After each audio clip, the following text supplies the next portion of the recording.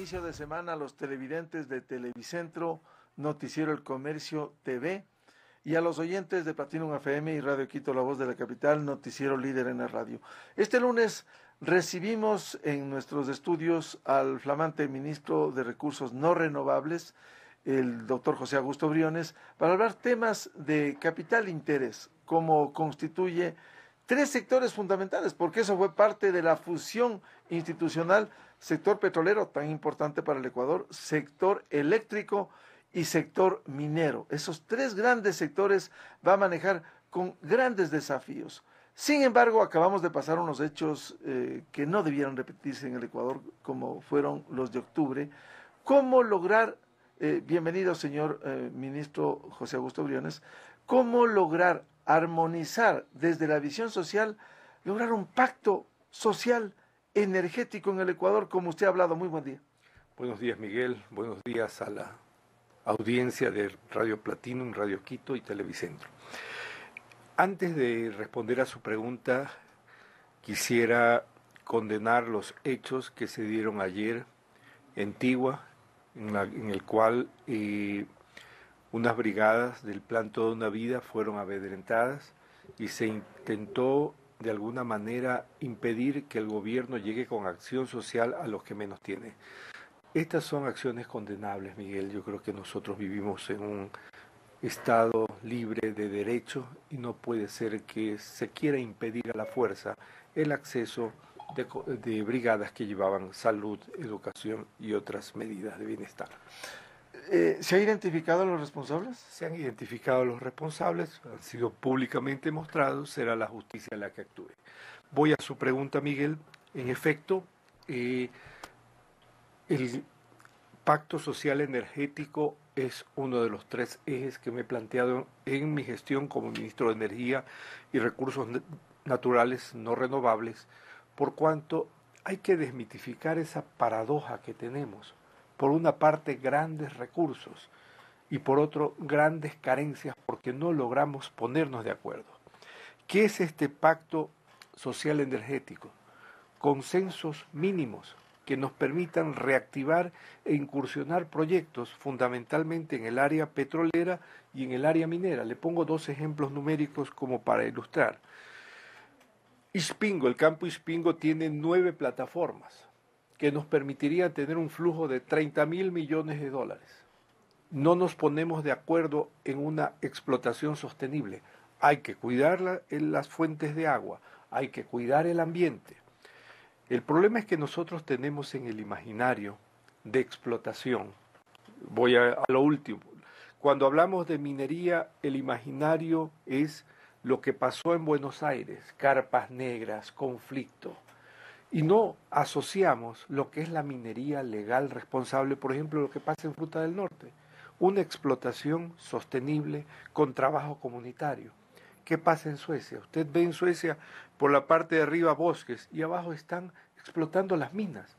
Creo que podemos hacerlo de manera sostenible. Hay que ser responsable con los recursos naturales que tenemos. Ahora, ¿cómo lograr eso cuando hay ingentes fuentes que tenemos que si no se lo hace hoy, por cierto, insistiendo con respeto al medio ambiente, respeto al agua, pero también explotando cuando el Ecuador necesita ingentes recursos de financiamiento, como está ocurriendo hoy? Eso es lo que usted lo plantea de manera muy precisa. Necesitamos los recursos. Y aquí hay que desmitificar muchas cosas. O sea, no podemos seguir asociando que la explotación...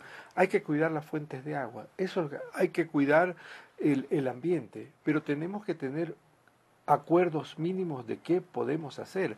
Por ejemplo, yo le doy otra cifra más. El proyecto Loma Larga en Azuay tiene un potencial aproximado de 450 millones de dólares.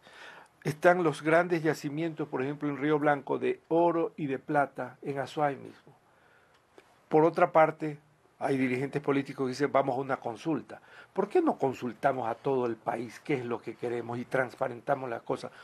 Por alguna vez, por un tema, despoliticemos la situación, seamos responsables, pongamos el tribunal más transparente para que los procesos sean de manera participativa, abierta, pero no podemos seguir en esta situación, más aún en un ambiente preelectoral en el cual parecería que los grandes intereses del país se dejan de lado. Se podría decir, señor ministro, que frente a las grandes necesidades del Ecuador, lo que hay es un discurso político que busca oposición emblemático frente a esta explotación de recursos que, insistimos, debe ser respetuosa del medio ambiente.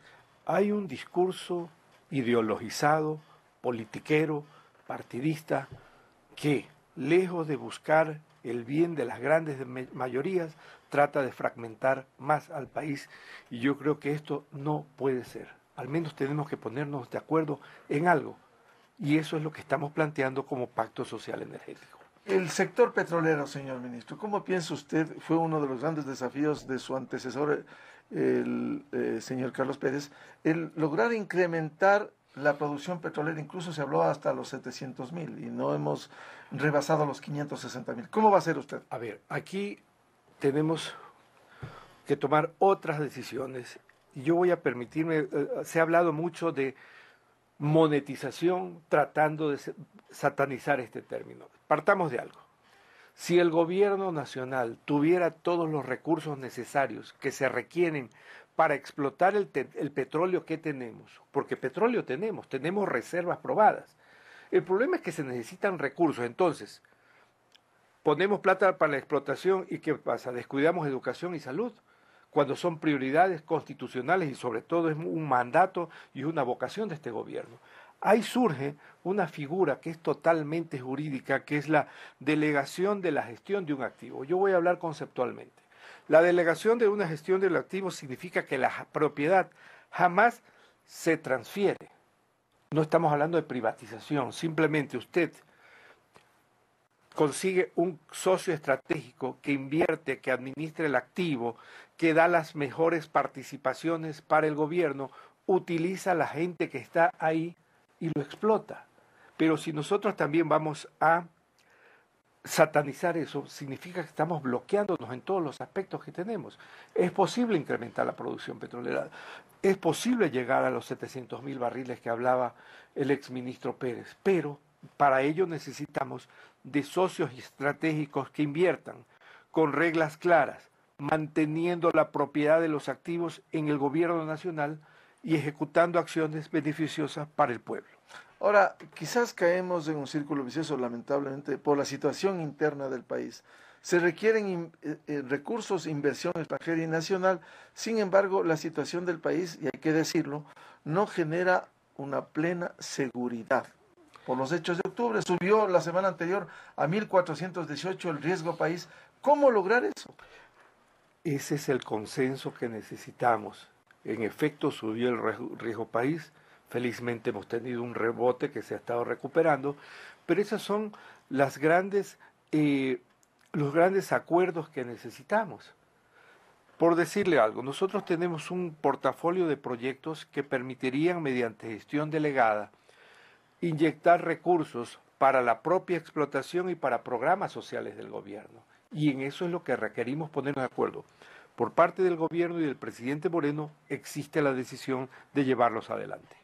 En el tema del sector eléctrico, ¿cómo impulsar y aprovechar los recursos hídricos para la generación de mayor energía? Nosotros ahí tenemos una etapa técnica, que es de poner a los proyectos que fueron con bombos y platillos inaugurados, pero que en la práctica tienen problemas y que lo estamos por una parte con las acciones legales que se están llevando a cabo y por otra parte acciones técnicas. Pero por ejemplo, ahí tenemos el proyecto Sopladora. El proyecto Sopladora, de acuerdo a libros, es posible tener una delegación de este activo y tener aproximadamente 950 millones de dólares. Ese es un ejemplo concreto que permitiría invertir mediante un derecho contractual, tener un anticipo de efectivo para la caja fiscal, pero lo más importante, operarlo de manera apropiada, técnica, y con los recursos capacitados que existen. De eso tenemos otro ejemplo con el mismo esquema técnico conceptual que es Mina San Francisco, con un potencial de 650 millones de dólares que puede ser susceptible de la delegación de la gestión a un privado. Ahora, de Sopladora ya se viene hablando mucho tiempo. Sin embargo, ¿Por qué no se ha concretado? ¿Qué cree que en el camino está impidiendo esto? A ver, en Sopladora hubo problemas técnicos que se judicializaron, que debieron ser aclarados, porque uno no puede intervenir en una obra que está con problemas. Entonces hubo temas de fallas técnicas, de recepción y de definición de responsabilidades que permiten, ya estamos en una definición con la Contraloría, que permitiría ya poner en marcha ese proyecto. En el otro tema, San Francisco, ¿cómo está? El proyecto San Francisco está asimismo en la definición de aspectos técnicos que nos permitirían ponerlo en marcha y aprovechar todo, ponerlo en marcha de manera adecuada y aprovechar todo ese potencial hidroeléctrico que tiene el país. Y aquí permítame un dato, Miguel, que a veces se dice, ¿por qué no explotamos todo el excedente? Nosotros el excedente de potencial hidroeléctrico son picos que tenemos. No es una situación que se permanece estable. Hay épocas de estiaje en las cuales el potencial sirve para atender las necesidades internas. La adecuación de todo el parque hidroeléctrico permitirá esa situación deseada que es una exportación. ¿Toachi Pilatón está en su agenda? Está en mi agenda, estamos haciendo las revisiones técnicas, pero por lo pronto estamos con Sopladora, San Francisco y los otros proyectos que hemos hecho. ¿Cómo se conecta estos importantes sectores de petróleos, de electricidad y minería para la generación de recursos a la caja fiscal conectado con las necesidades del 2020? Los tres sectores que usted ha mencionado, para ponerlos en términos didácticos, tienen un común denominador, principalmente petróleo y minas, que son recursos naturales que están bajo tierra, que deben de explotarse de manera apropiada de acuerdo a las circunstancias. Y repito algo, o sea, nosotros necesitamos, por el bien del país, explotar hoy los recursos petroleros, pues las tendencias indican que habrá menos uso de combustibles fósiles. ¿Qué significa, por ejemplo? Que este crudo costará menos en un recurso cercano. Por lo tanto, la política pública del gobierno nacional respecto a la gestión de estos bienes es clara, transparente, de beneficio para el país, pero necesita del consenso ciudadano. Más allá de los planes que usted ha descrito, señor ministro, el tema de la focalización de subsidios, siendo complejo, ¿está allí? ¿Se va a lograr? ¿En qué condiciones está? Es algo que hemos venido trabajando desde las últimas semanas, un equipo técnico de algunos ministerios, concretamente el Ministerio de Energía, el Ministerio de Transporte y Obras Públicas, la ARCH y algunos organismos públicos. Estamos en la construcción de escenarios, sobre todo en la construcción de la base de datos que nos permita focalizar de manera apropiada. ¿Qué es lo no sostenible? No podemos seguir beneficiando a gente que no necesita. No es posible que un dueño de un tanquero que contrabandea combustible, perdóneme el término, se gane $14,000 por cada viaje de tanquero. Eso es algo inadmisible. Eso es algo que la sociedad no puede permitir. Claro, por ello usted, ministro, habla del pacto social energético. ¿Cuán viable es, sentando a los diferentes actores sociales, indígenas, políticos? Yo creo que esto es viable y sobre todo necesario. Es cuestión de transparentar cifras, necesidades y ponernos de acuerdo en los mecanismos. Algo que es indiscutible, las reales necesidades que tenemos, no solo de caja fiscal, que hoy las estamos viviendo, sino las necesidades que están en las comunidades. Tenemos mecanismos sostenibles, la tecnología permite hacer explotación que cuide el ambiente. Tenemos aquí técnicos de Australia, de Canadá, que están haciendo explotación sostenible, por ejemplo, en Fruta del Norte. O sea, no es que algo que están aquí. ¿Por qué no nos ponemos de acuerdo y ponemos elementos mínimos? Ponernos de acuerdo en el destino que le vamos a dar a esa inversión. El gobierno está abierto, existen los mecanismos. Por favor, despartidicemos esta discusión necesaria para el país.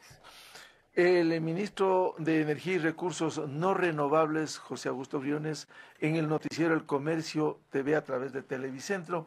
Un feliz lunes a los televidentes. En las radios, Platinum FM y Radio Quito, noticiero líder en la radio, continuamos este diálogo. Y recuerden, quienes deseen mirar las entrevistas en el noticiero, pueden ingresar a la página web de El Comercio. Muy buen día, feliz lunes.